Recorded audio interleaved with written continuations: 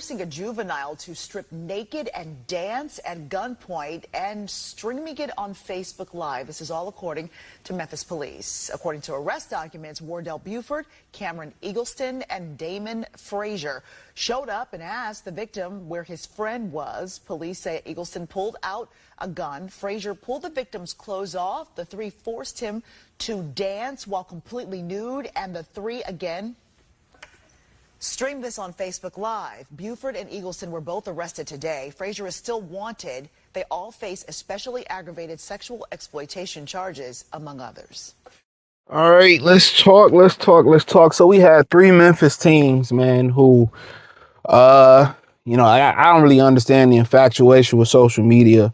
You do your dirt on your lonely. I mean, had they humiliated them, took pictures or something like that. But basically, if you didn't hear what happened in the beginning, they came to his house looking for a friend. The friend wasn't there. So they made him strip butt naked and dance on social media. Now, I don't know what the beef was about, what something was said, but, at gunpoint. I really don't understand it, to be honest with you. I just really don't have no hope for the community. At this point, like, why? Maybe the friend owed him some money. I guarantee he said something or it was about a girl. Why was it important for y'all to go do this? And this man that had nothing to do with the friend, from what we know. Y'all's looking for, and this is why when we talk about these women with shows with Life After Lockup, when they procreate with the worst men possible, and then all of a sudden they find their worth. These are the children that those household produces.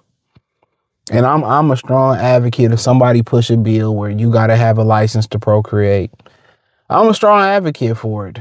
I really am, because, I just don't understand. Like, I don't understand it, man. And, the large percentage of the population just in general in the community, they got to go. I don't think most can be reformed. I think most are too far gone to humiliate this young man who had nothing to do with the situation. And this is why it's very important who you associate yourself with.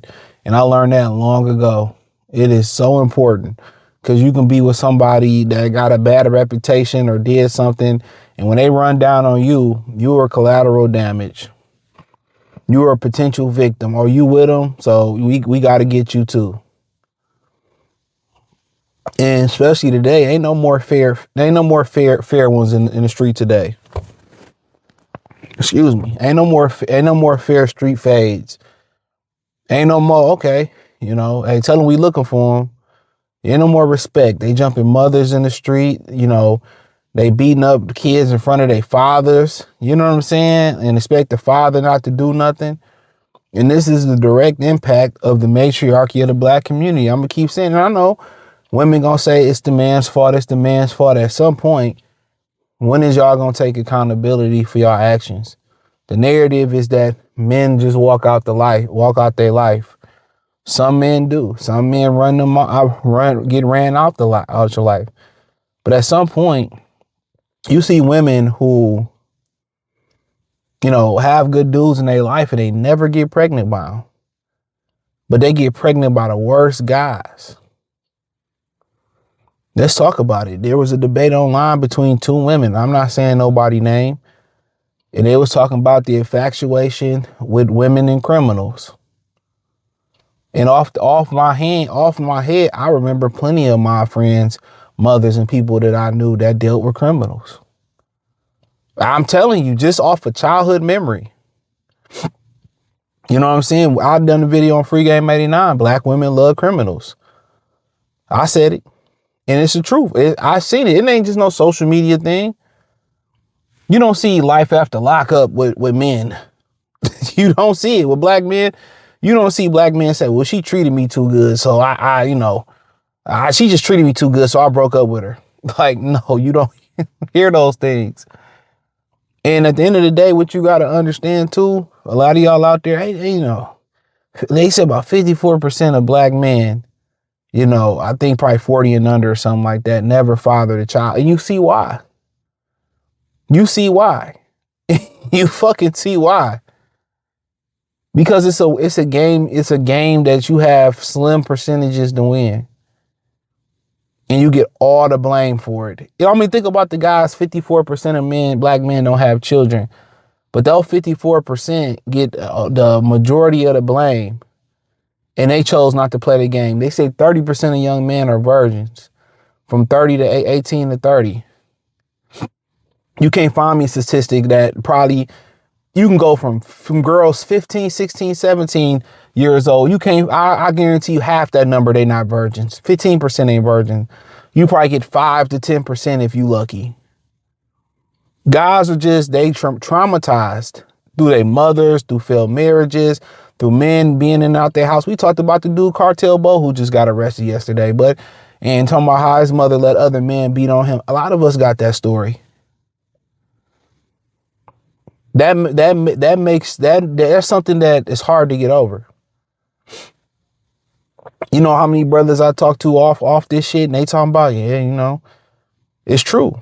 And, don't need to put a face on it. Honestly, I don't want to put a name on it. My message ring bells and they know it's true. But this is the matriarchy. This is the matriarchy of the black community. This is what it produces. And this lady had a great comment, man. I got to talk about it at some point. And she said it was laws to keep black men away from white women. It was no laws to keep white men away from black men. I said, oh, my goodness. It's the truth. And our women took the bait.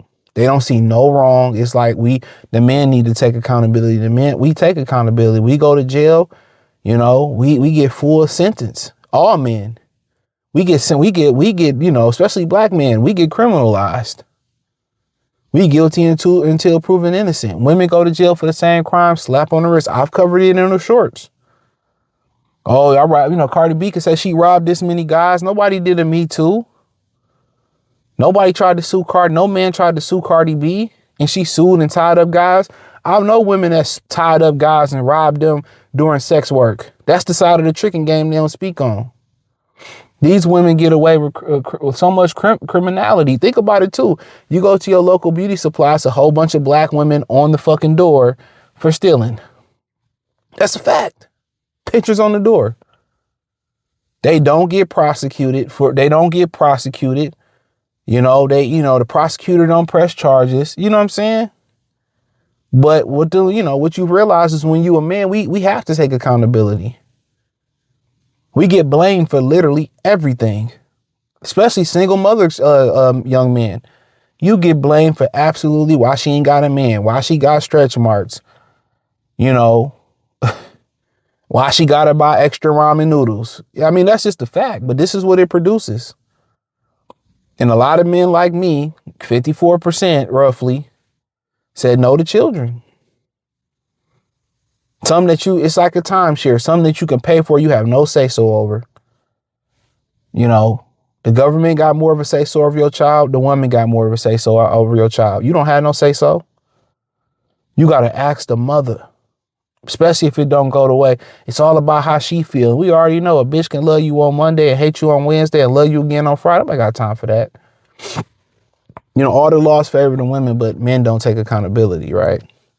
And that's why when they age out and they snot box be loose and they gain all this weight and they not pretty no more, they don't have that young pretty privilege, they got to deal with accountability. And this is why they shame people. Oh, you should marry the whore, or, you should get the girl with the degrees. Nope. You got to let them live in their accountability victimhood. Hit the link in the description. Follow me on X, Facebook, Kick, Twitch. Join the Patreon. Won't regret it. All that's inside the link tree. Peace.